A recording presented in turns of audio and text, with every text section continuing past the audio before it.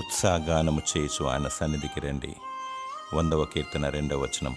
దేవుడొక్కడే పరిశుద్ధుడు, పూజారుడు, సమీపించరని తేజస్సులు వసించువాడు. ఆయన సర్వంతర్యామి, సకల ఐశ్వర్యవంతుడు, ఆది సంభూతుడు, సృష్టికి కారణభూతుడు, రాజులకు రాజు, ప్రభువులకు ప్రభు, దేవాధిదేవుడు, ఆరాధనకు యోగ్యుడు. ఆయన విశ్వమంతట ఉంటాడు, మానవ హృదయంలోనూ నివాసముంటాడు. దేవుడు ఆత్మ గనుక ఆయనను ఆత్మతో సత్యంతో ఆరాధింపవలెను. మృతులు ఆయనను స్తుతించలేరు, సజీవులు మాత్రమే ఆయనను స్తుతించగలరు. చాలామంది ఆత్మీయంగా చచ్చిన వారుగా ఉన్నారు. జీవిస్తున్నామన్న పేరు మాత్రం ఉంది కానీ వారు మృతులే. ఎందుకనగా వారి క్రియలు చీకటి క్రియలు. వారు అపవాది సంబంధులు.